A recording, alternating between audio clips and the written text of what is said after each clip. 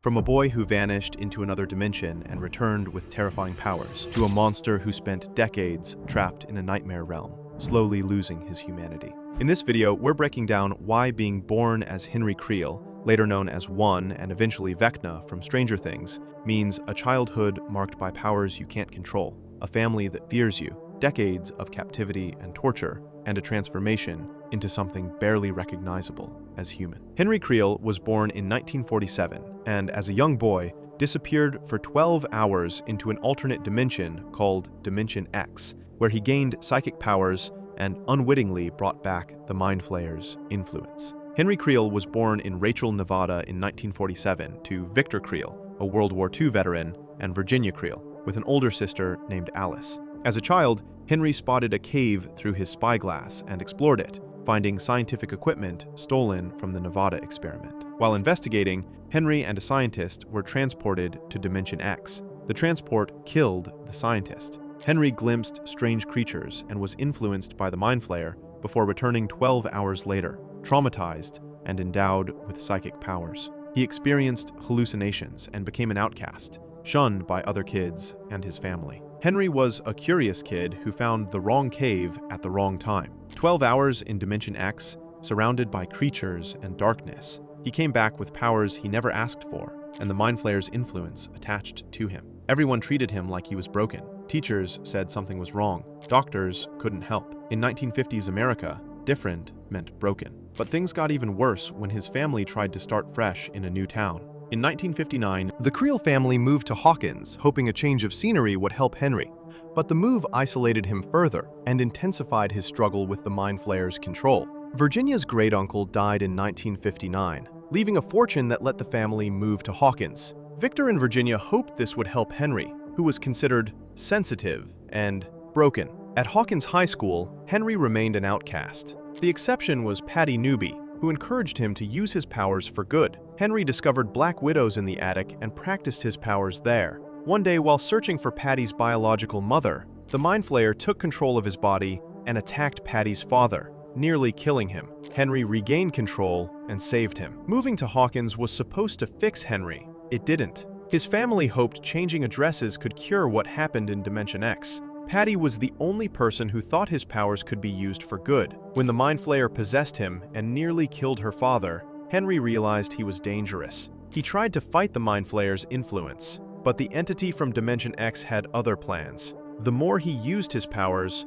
the stronger its hold became. Before we continue, if you want to see how fictional monsters compare to real horror, make sure to subscribe and hit that notification bell. And Henry's worst fears about himself were about to come true. On March 14, 1959, 12-year-old Henry allowed the Mind Flayer to murder his mother and sister, framing his father Victor for the deaths. Virginia had reached out to Dr. Martin Brenner to understand Henry's abilities and take him away. When Henry read his family's minds, he realized they weren't happy with him, and his mother wanted him gone. On March 14, 1959, Henry allowed the Mind Flayer to take control and kill Virginia and Alice. Victor survived, but was presumed to be the killer and institutionalized. After losing control, Henry confronted Dr. Brenner at school. The Mind Flayer apparently killed Patty during this confrontation, though she survived with injuries. Henry fell into a coma from the strain. Henry was 12 and killed his mother and sister, or the Mind Flayer did, while Henry let it happen. He knew his mother wanted him taken away, so when the Mind Flayer offered to end it, Henry stopped fighting. Victor spent his life in a psychiatric hospital, branded a murderer. Nobody believed his story about a demon. Henry wasn't done killing. When he woke from his coma, Brenner was waiting. What do you do when you've just murdered your family? You get taken by someone even worse. After the Creel House massacre, Dr. Martin Brenner took Henry to Hawkins National Laboratory, where he became the first test subject, designated 001, and underwent experiments designed to understand and replicate his powers. Dr. Brenner took Henry to Hawkins National Laboratory to be studied, following the 1959 massacre. Henry was designated Hawkins Lab's first test subject, with Brenner tattooing 001 on his forearm to mark the occasion. Brenner intended to both study Henry and closely supervise him. Brenner conducted tests on Henry's abilities, including experiments where Henry used his remote viewing ability to track down a Russian spy in Hawkins. and tests of his ability to imagine and destroy within the void. Hoping to recreate Henry's powers in other individuals, Brenner took what he had learned from Henry and adjusted his experimentations. Brenner gave volunteer test subjects experimental drugs and placed them inside sensory deprivation tanks. He took samples of Henry's blood, which he used to create a series of child test subjects with the same powers, including 11. Henry went from murdering his family to becoming Brenner's lab rat. Brenner didn't want to help Henry. Brenner wanted to weaponize him. Every test, every experiment was designed to understand Henry's powers, so Brenner could recreate them in children who would be easier to control. Henry's blood became the source of every numbered child at Hawkins' lab. 11, 2, 3, all of them existed because Brenner harvested Henry's abilities. And Henry knew what Brenner was doing. He watched Brenner create an entire program of child test subjects based on his DNA. He watched children being experimented on, locked up, manipulated, all because Brenner wanted to mass-produce what Henry was born with. And Brenner made sure Henry could never escape what he'd created. Dr. Brenner inserted a device called Soteria into Henry's neck to suppress his powers and track his movements, then forced Henry to work as an orderly while occasionally ordering other staff to torture him. Brenner inserted Soteria into Henry's neck, a miniature device that suppressed his powers and tracked his every movement. In Henry's own words, he had become a prisoner. The device was named after the Greek goddess of safety and was meant to protect everyone from Henry's dangerous abilities. In time, Henry became one of several orderlies who assisted Brenner and attended to the lab, helping with the other child test subjects. Brenner deeply distrusted Henry and would occasionally order the other orderlies to torture him to keep him intimidated. It's likely Henry was assigned the orderly position as a way for Brenner to keep an eye on him while still using him for scientific purposes. Although Henry was under Brenner's command, Brenner remained fearful of Henry gaining independence and control of his powers. Imagine having powers that can break bones and kill people, then having those powers suppressed by a chip in your neck. That's what Henry lived with for 2 decades,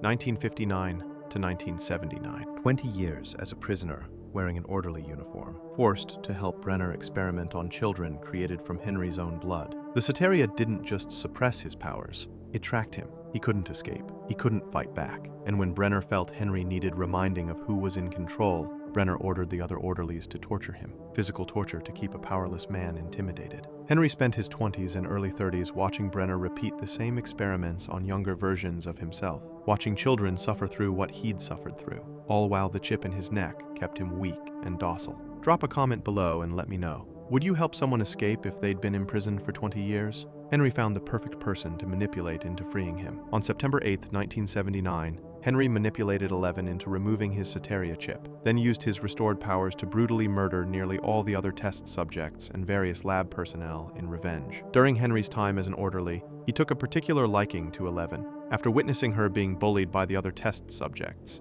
especially 2 and his friends 3, 4, and 5. Henry believed both of them were similarly misunderstood. He helped 11 during times when her peers ridiculed her, offering encouraging words and advice. On September 8, 1979, Henry convinced 11 to meet him in the basement of the lab, pretending he wanted to help her escape. He showed her the Soteria chip and explained he couldn't leave because of it. 11 used her powers to remove the chip from his neck, restoring Henry's long-dormant abilities. With his powers back, Henry went on a murderous rampage throughout the laboratory. He killed all the other test subjects, including 2, 3, 4, 5, and the rest, along with various Hawkins lab personnel. He indirectly knocked Dr. Brenner unconscious. Henry took 11 to a storage room and revealed his 001 tattoo before attempting to recruit her to join him in eradicating humanity. When she refused, they fought. 20 years of suppression, 20 years of torture, 20 years of watching Brenner experiment on children. When that chip came out, Henry had 2 decades of rage ready to unleash. He didn't just kill the other test subjects quickly, he brutally murdered them. 2, who had mocked and bullied 11, got his neck crushed against a wall. The others died screaming. Lab personnel who'd helped Brenner for years died in the hallways. Henry killed everyone he could reach except Brenner and 11. And then he tried to recruit an 8-year-old girl to help him destroy humanity. Henry saw 11 as someone like him, someone who could understand. But 11 had something Henry never had. 11 remembered love. Her mother Terry had loved her. That memory gave 11 the strength to fight back. But winning that fight sent Henry somewhere far worse than Hawkins' lab. When 11 overpowered Henry and banished him through a gate to Dimension X in 1979, he fell between dimensions and was repeatedly struck by lightning that began his horrific transformation into Vecna. After Eleven rejected Henry's offer to destroy humanity together, they fought. Eleven used her powers to pin Henry against the wall of the Rainbow Room and started to disintegrate his body. An interdimensional gate appeared in the wall and transported Henry away before sealing up and disappearing. Henry was jettisoned to a strange space between dimensions. For an unknown period of time, he fell between two parallel planes and was constantly electrocuted by lightning, leaping across the twin planes. The damage inflicted by the lightning marked the beginning of a bodily transformation. From this point on, Henry slowly morphed into a form barely recognizable as human. After landing in Dimension X, Henry fell through the dimension for a lengthy period, during which he was horrifically burned and disfigured by the lightning strikes. As he explored the realm, what remained of his Hawkins Lab attire degraded into rags, and his pupils, one after the other, turned pale and mist-like. Eleven didn't just beat Henry. She threw him into the dimension where he'd gotten his powers as a child, Dimension X. The place that had changed him decades ago welcomed him back by trying to kill him. Henry fell through emptiness while lightning struck him over and over. Each strike burned away more of his humanity. His skin charred, his body twisted. The orderly uniform he'd worn for 20 years burned off in strips. He was being electrocuted for what felt like forever, slowly cooking in dimensional lightning. The Henry Creel who fell through that gate was still recognizably human. What crawled out the other side wasn't. The mind flayer that had influenced him since childhood was waiting in Dimension X, and this time, Henry didn't resist it. But 7 years in that dimension made Henry into something far worse.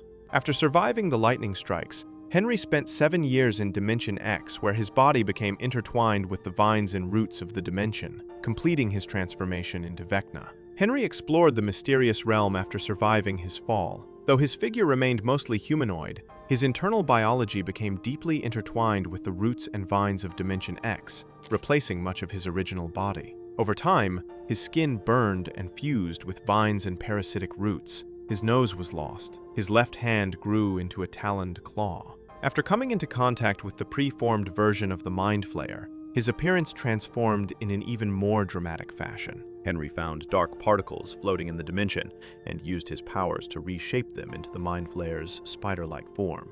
By taking control of the Mind Flayer particles, Henry became connected to the dimension's hive mind, allowing him to control Demogorgons, Demobats, and all other creatures. Henry made his home in the upside-down version of the Creel house, the same house from 1959, which became his nightmarish lair, with vines physically entwined throughout the building. 7 years. That's how long Henry spent transforming in Dimension X, slowly, piece by piece. His skin fused with vines, like roots growing through his flesh. His nose rotted away. His left hand mutated into a claw. He wasn't being experimented on this time. The dimension itself was remaking him, and Henry welcomed it. He'd spent his whole life being told he was broken, being suppressed, being controlled. In Dimension X, he found something that accepted what he was. The Mind Flayer particles gave him a hive mind, connecting every creature in the dimension. Henry shaped the Mind Flayer into a giant spider, because even after everything, he still remembered those black widows from his childhood attic. The place that changed him at 12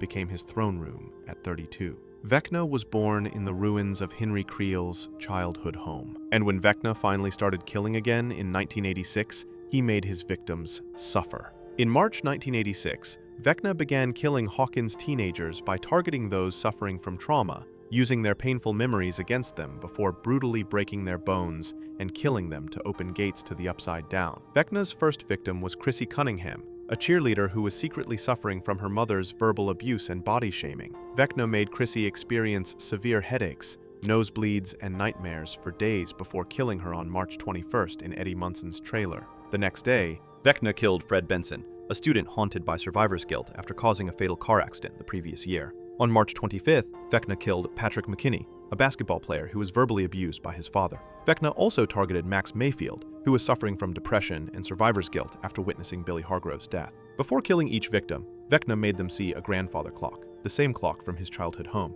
and forced them to relive their worst traumatic memories. When Vecna killed someone, he lifted them into the air, twisted their limbs, dislocated their jaws, broke their bones, and crushed their eyes. Each death opened a new gate to the Upside Down at the murder site. Vecna chose teenagers with trauma because their pain made them easier to control psychically. Chrissy was bulimic and abused by her mother. Fred was racked with guilt over a car accident death. Patrick was beaten by his father. Max watched her stepbrother die. Vecna fed on their suffering for days with hallucinations and nightmares before killing them. And the way he killed them was horrific. Bones breaking one by one, eyes crushed into their skulls, jaws dislocated. He didn't just kill them, he tortured them. Each death opened another gate because Vecna needed 4 gates to merge the Upside Down with Hawkins. He was using traumatized teenagers as tools to destroy the barrier between dimensions. Their trauma made them vulnerable. Their deaths made them useful. Vecna saw himself in them, but instead of helping, he consumed them. Being born as Henry Creel meant never having a chance at a normal existence.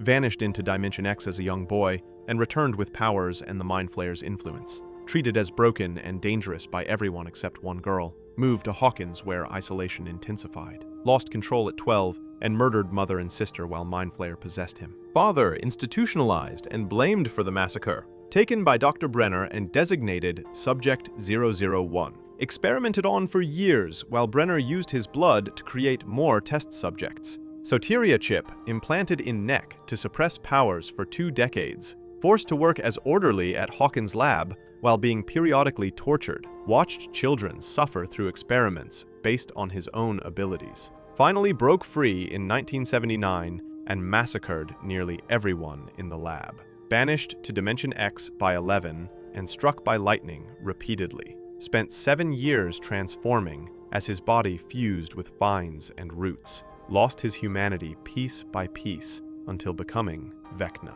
Returned in 1986 to torture and kill traumatized teenagers to merge dimensions. Every time Henry tried to control his powers, something worse happened. The Mind Flayer possessed him. Brenner imprisoned him. 11 banished him. The dimension transformed him. His childhood was stolen by an interdimensional entity. His teenage years were stolen by family fear. His 20s and 30s were stolen by Brenner's imprisonment. His humanity was stolen by dimensional transformation. He couldn't win. Being born with psychic powers in 1947 meant growing up in an era that called you broken. Being influenced by the Mind Flayer meant never being fully in control. Being the first test subject meant becoming the template for decades of child experimentation. Being banished to Dimension X meant transforming into something monstrous. Henry shows what happens when a child with powers meets a world that fears those powers. Brenner valued him as a template. The Mind Flayer valued him as a vessel.